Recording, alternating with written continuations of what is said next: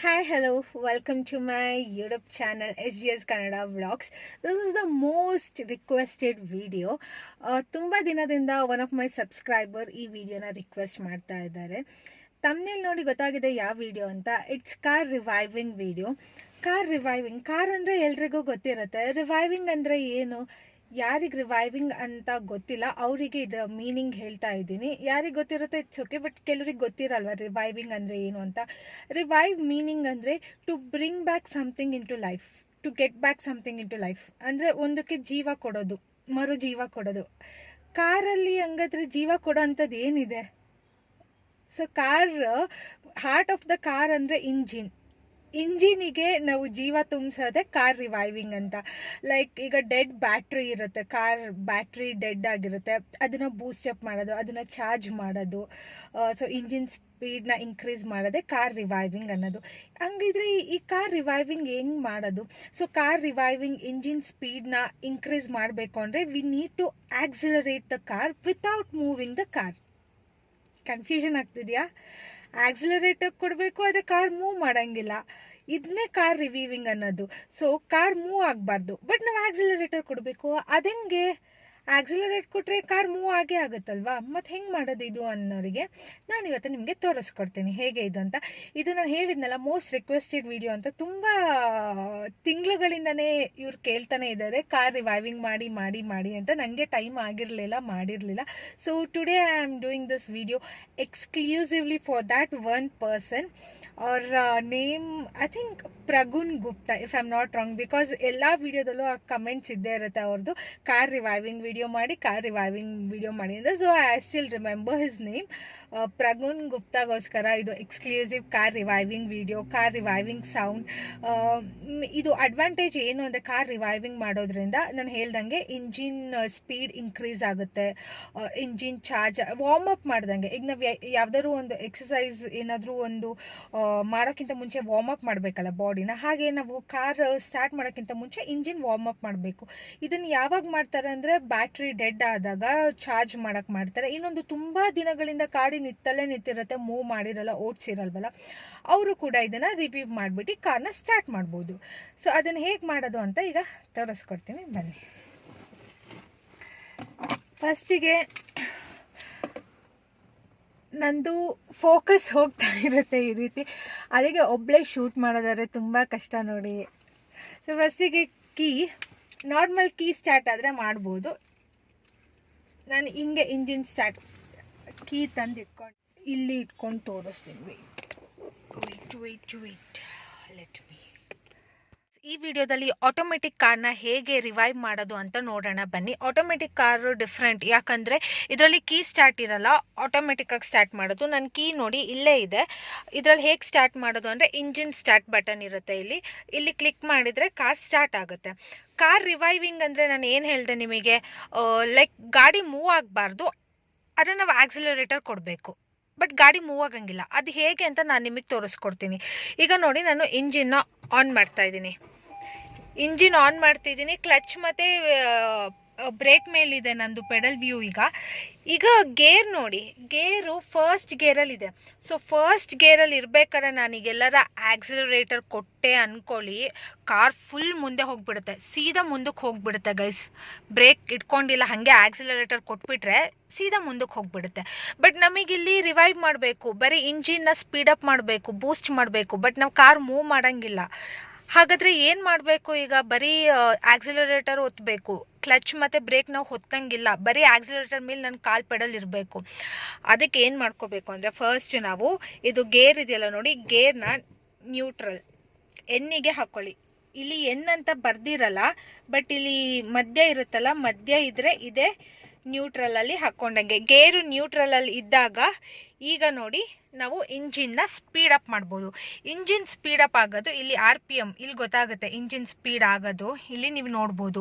ಈಗ ನಾನು ಪೆಡಲ್ ವ್ಯೂನ ತೋರಿಸ್ತೀನಿ ನೋಡಿ. ನನ್ನ ಗೇರು ನ್ಯೂಟ್ರಲ್ ಇದೆ, ಹ್ಯಾಂಡ್ ಬ್ರೇಕ್ ಕೂಡ ನಾನು ರಿಲೀಸ್ ಮಾಡಿಲ್ಲ, ಆ್ಯಂಡ್ ಈಗ ನಾನು ಪೆಡಲ್ ಕೂಡ ತೆಗಿತಾ ಇದ್ದೀನಿ. ಸ್ಟಾರ್ಟ್ ಮಾಡೋತ್ತಿಗೆ ಅಷ್ಟೇ ಕ್ಲಚ್ ಮತ್ತು ಬ್ರೇಕ್ ಮೇಲೆ ಇಟ್ಕೊಂಡಿದ್ದೆ, ಬಟ್ ನ್ಯೂಟ್ರಲ್ ಹಾಕಿದ್ಮೇಲೆ ನಾನು ಪೆಡಲ್ ತೆಗಿತಾ ಇದ್ದೀನಿ ನೋಡಿ. ಬ್ರೇಕಿಂದ ತೆಗೆದೆ, ಆಕ್ಸಿಲರೇಟರಿಂದನೂ ತೆಗೆದೆ, ನೋಡ್ತಾ ಇದ್ದೀರಾ, ಕಾಣಿಸ್ತಾ ಇದೆಯಾ? ಜಸ್ಟ್ ಅ ಸೆಕೆಂಡ್ ನೋಡಿ, ನನ್ನ ಪೆಡಲ್ ಮೇಲೆ ನನ್ನ ಕಾಲಿಲ್ಲ, ಪೆಡಲ್ ಮೇಲೆ ನಂದು ಕಾಲಿಲ್ಲ, ಯಾವ ಪೆಡಲ್ ಮೇಲೂ ನನ್ನ ಕಾಲಿಲ್ಲ. ಆ್ಯಂಡ್ ಇಲ್ಲಿ ಆನಲ್ಲಿದೆ, ಇಂಜಿನ್ ಕೂಡ ಆನ್ ಇದೆ. ಬಟ್ ಆದರೂ ಗಾಡಿ ಮುಂದಕ್ಕೆ ಹೋಗ್ತಿಲ್ಲ. ಯಾಕೆ ಅಂದರೆ ನನ್ನ ಗೇರು ನ್ಯೂಟ್ರಲ್ಲಿದೆ, ಸೊ ಗಾಡಿ ಮುಂದಕ್ಕೆ ಹೋಗ್ತಿಲ್ಲ. ಈಗ ಕಾರ್ ರಿವೈವ್ ಮಾಡೋಣ. ಕಾರ್ ರಿವೈವ್ ಮಾಡಬೇಕು ಅಂದರೆ ಏನು ಮಾಡಬೇಕು ಅಂದರೆ, ನನ್ನ ಪೆಡಲ್ ನಾನು ಹೇಳಿದ್ನಲ್ಲ, ಬರೀ ಆಕ್ಸಿಲರೇಟರ್ನ ನಾವು ಪ್ರೆಸ್ ಮಾಡಬೇಕಾಗುತ್ತೆ. ಬರೀ ಆಕ್ಸಿಲರೇಟರ್ ಮೇಲೆ ನಾನು ಕಾಲಿಡ್ತಾ ಇದ್ದೀನಿ. ಜಸ್ಟ್ ಎ ಸೆಕೆಂಡ್, ನಿಮಗೆ ತೋರಿಸ್ತೀನಿ ಕ್ಲಿಯರಾಗಿ. ಸೊ ನಾನು ಬರೀ ಆಕ್ಸಿಲರೇಟರ್ ಮೇಲೆ ಕಾಲಿಡ್ತಾ ಇದ್ದೀನಿ. ಇಂಜಿನ್ ಆನಲ್ಲೇ ಇದೆ ನೋಡಿ. ಆಕ್ಸಿಲರೇಟರ್ ಮೇಲೆ ಕಾಲಿಟ್ಟೆ ಆ್ಯಂಡ್ ಈಗ ನಾನು ಆಕ್ಸಿಲರೇಟರ್ನ ಪ್ರೆಸ್ ಮಾಡ್ತಾ ಇದ್ದೀನಿ. Just listen to this sound, reviving sound.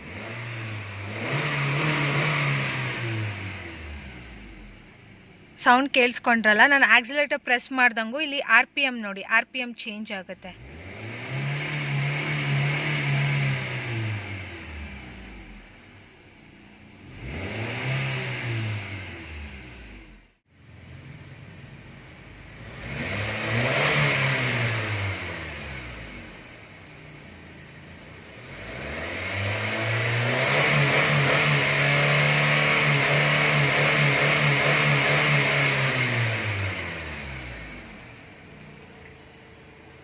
ನನ್ನ ಫೂಟ್ ನೋಡಿ ಗೈಸ್, ಬರೀ ಆಕ್ಸಿಲರೇಟರ್ ಮೇಲಿದೆ.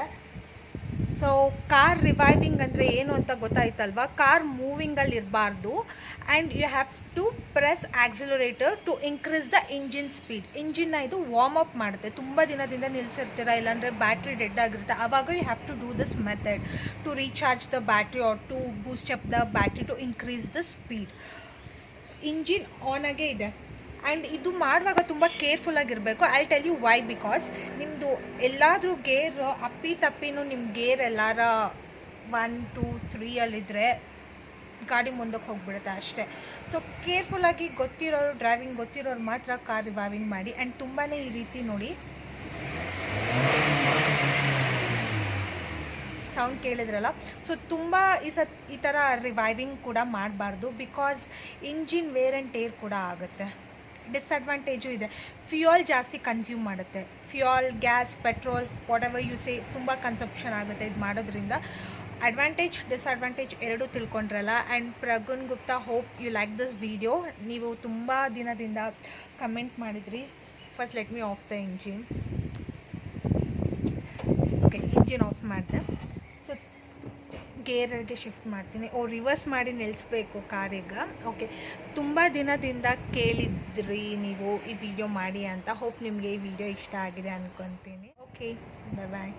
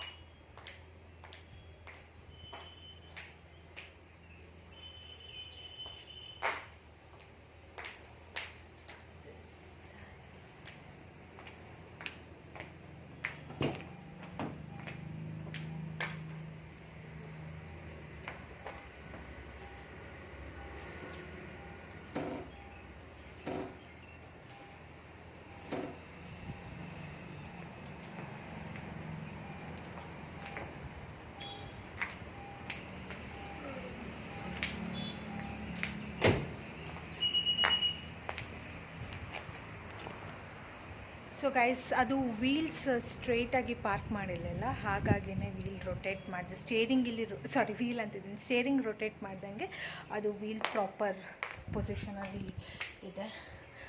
ಓಕೆ, ಬಾಯ್.